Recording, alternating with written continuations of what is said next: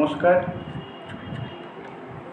আজকে যে বিষয়টা বলা হবে সেটা হচ্ছে রক্ত।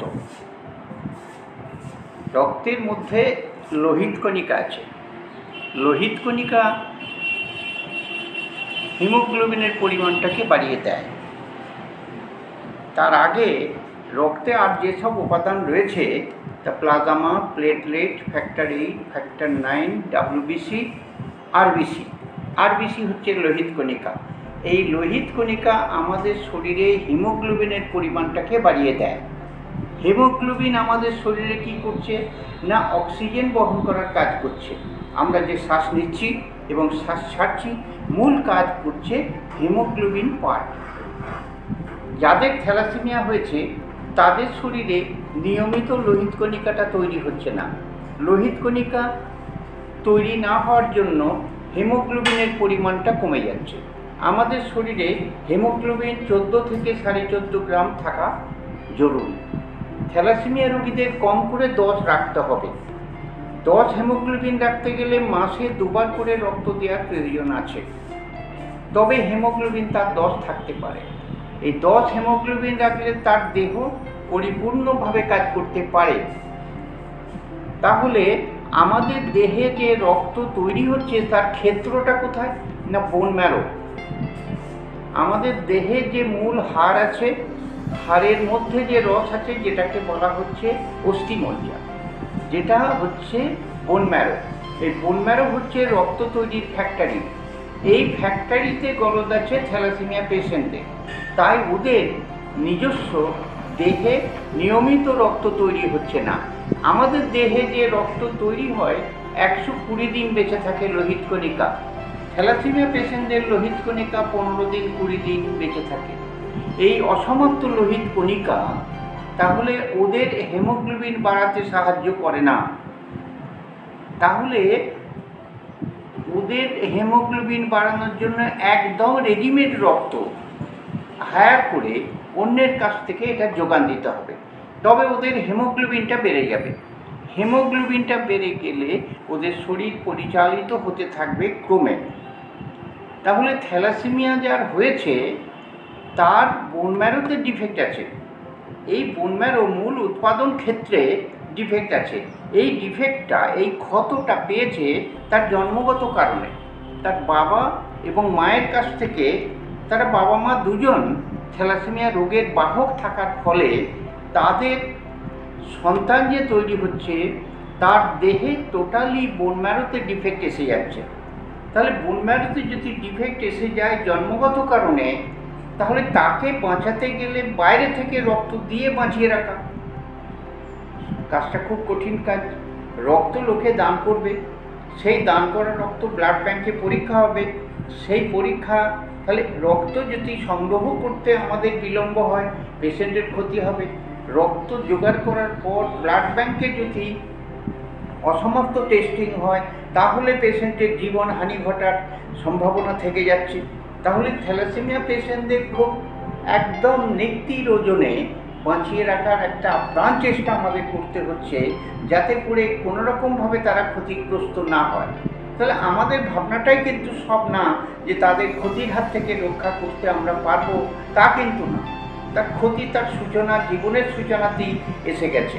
তাহলে এই জায়গায় কি না মানুষের একটা অন্ধত্ব বিরাজ করছে। মানুষ কপালের ওপর দোহাই দিয়ে, ভাগ্যের ওপর দোহাই দিয়ে সে বিবাহ করছে, সন্তানকে পৃথিবীতে আনছে। যখন কেউ বলছে তখন বলল কপালে থাকলে ওটা কেউ ঠেকাতে পারবে না। তাহলে ভাগ্য, অদৃষ্ট, কর্মফলের ওপর দোহাই দিয়ে মানুষ একটা মূল্যবান সম্পদ পৃথিবীতে আনছে। তার সন্তান হচ্ছে একটা মূল্যবান সম্পদ, তাকে পৃথিবীতে আনছে এইরকম ভাব অবৈজ্ঞানিকভাবে। কিন্তু গ্রামে যখন চাষা জমিতে চাষ করছে, ধান রোয়ার পর সে কিন্তু খোল করতাল নিয়ে আলের চারিদিকে ঘুরে বেড়াচ্ছে না যে কি না আমার ফসলটা খুব ভালো হয়, তা কিন্তু করছে না। সে কিন্তু বিজ্ঞানসম্মতভাবে মুনিশ পাঠিয়ে দিচ্ছে জমিতে, যাতে জমিটা নিড়িয়ে দাও, আগাছাগুলো উচ্ছেদ করে দাও। তাহলে আগাছা উচ্ছেদের কাজ সে করছে। বিজ্ঞানসম্মত চাষের সূচনায় সে উন্নত মানের বীজ এখানে রোপণ করার চেষ্টা করছে। তাহলে তার ফলে তার ফসলটা বৈজ্ঞানিকভাবে আমাদের মানুষের কাছে এসে যাচ্ছে। তাহলে বৈজ্ঞানিকভাবে একটা সাধারণ ক্ষেতের ফসল, সেটা যদি বিজ্ঞানসম্মতভাবে এখানে আনা হয়, যে ফসলটা অল্প দিনের জন্য স্থায়ী হবে সমাজে, কিন্তু যে ফসলটা মানুষের দ্বারা মানুষ, এই যে এটা একটা ফসলই হচ্ছে, এটা একটা চাষই হচ্ছে, এই চাষটা বিজ্ঞানসম্মত করতে আমাদের অসুবিধা কোথায় হচ্ছে? আমরা খুব অলস প্রকৃতির, তার ফলে হচ্ছে আমরা বিজ্ঞানটাকে গ্রহণ করতে আমরা বিলম্ব করছি। বিজ্ঞানটাকে গ্রহণ করলে ইউরোপের বহু দেশ আছে যারা কিনা রক্ত পরীক্ষা করে বিবাহ করেছে এবং গভর্নমেন্ট আইন করে দিয়েছে বাধ্যতামূলক, রক্ত পরীক্ষা না করলে তুমি বিবাহ করতে পারবে না। একটা সন্তান পৃথিবীতে আসবে তোমার দ্বারা, সে যদি অসমর্থ সন্তান হয় তবে তার বোঝাটা ক্যারি করবে কে? তাহলে দেশবাসীর ওপর একটা খারাপ সমস্যা দেশবাসীর ওপর চাপিয়ে দেওয়া। বর্তমানে আমাদের দেশে, ভারতবর্ষে 10 লক্ষ পেশেন্ট আছে থ্যালাসেমিয়া, এবং তাদের বাঁচানোর জন্য যে ক্ষয়ক্ষতি হচ্ছে সেটা হচ্ছে প্রতিদিন 500 কোটি টাকা। এটা বুঝতে হবে আমাদের, যে 500 কোটি টাকা খরচা হচ্ছে জাতীয় স্তরে। 500 কোটি টাকা আমরা যদি আমাদের দেশ উন্নয়নের কাজে লাগাতে পারতাম, তবে অসংখ্য বেকার ছেলে আজকে এখানে চাকরির সুযোগ হয়ে যেত। আমরা সেদিকটা ভাবছি না। আমাদের এখানে শুধু মানুষের জন্মহারটা যে শ্রীবৃদ্ধি ঘটেছে, সেটা অবৈজ্ঞানিকভাবে ঘটে চলেছে। সেটাকে আমাদের বন্ধ করতে হবে। অনেক দেরি হয়েছে আলোচনা করতে, ভাবতে অনেক দেরি হয়েছে। তাহলে আমাদের ভারতবর্ষে থ্যালাসেমিয়ার মতন জেনেটিক্যাল যে সমস্যা, এই সমস্যাটা আমাদের দেশে বন্ধ করতে হবে। এটা করতে গেলে আমাদের গভর্নমেন্টকে, রাজবাহাদুরকে, তাদের ভাবতে হবে যে আমাদের জনসাধারণের জীবনটা কিভাবে পরিচালিত আমরা করব। তাহলে জনসাধারণ যদি খারাপ সন্তান জন্ম দিয়ে ফেলে, তার বোঝাটা তো দেশের উপরই চাপছে, দেশবাসী এটাকে বহন করতে হচ্ছে। তাহলে দেশের সমস্যাটাকে বন্ধ করতে গেলে, এটা সমস্যাটাকে উচ্ছেদ করতে গেলে রাজা বাহাদুরদের অংশগ্রহণ করা খুব জরুরি। যদি তারা ভাবতে শুরু করে, তবে খুব সহজে তার দেশবাসী এই বিষয়টা, রক্ত পরীক্ষা করতে তারা বাধ্য থাকবে। রক্ত পরীক্ষা করতে তারা বাধ্য থাকবে। এটা কখনোই নয় যে মানুষকে রক্ত পরীক্ষা করতে বলা হচ্ছে এটা শখ করে। হরগোবিন্দ খুরানা 68 সালে নোবেল পুরস্কার পেয়েছিল জিনের কোড আবিষ্কার করে। তারপর ঠিক হয়েছিল থ্যালাসেমিয়া রোগটা হচ্ছে জেনেটিক। এরকম অনেকগুলো সমস্যা আছে, যে সমস্যাগুলো সমাজ থেকে উচ্ছেদ করতে গেলে বিফোর ম্যারেজ জেনেটিক কাউন্সিলিং করে নিতে হবে।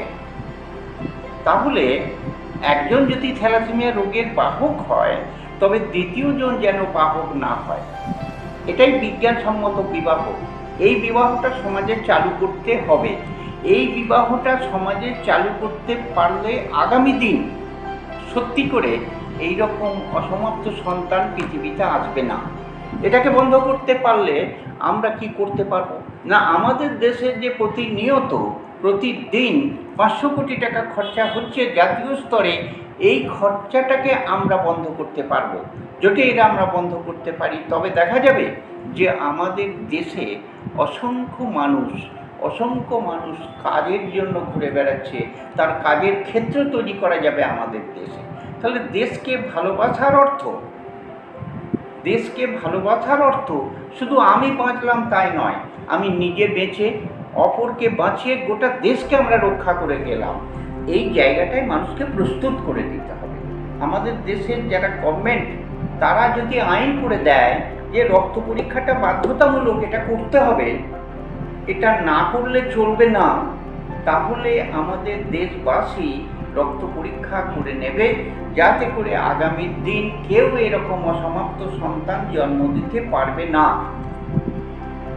তাই আপনারা দীর্ঘ সময় ধরে আলোচনাটা শোনার জন্য আপনাদের ঘরে অসংখ্য ধন্যবাদ জানাচ্ছি।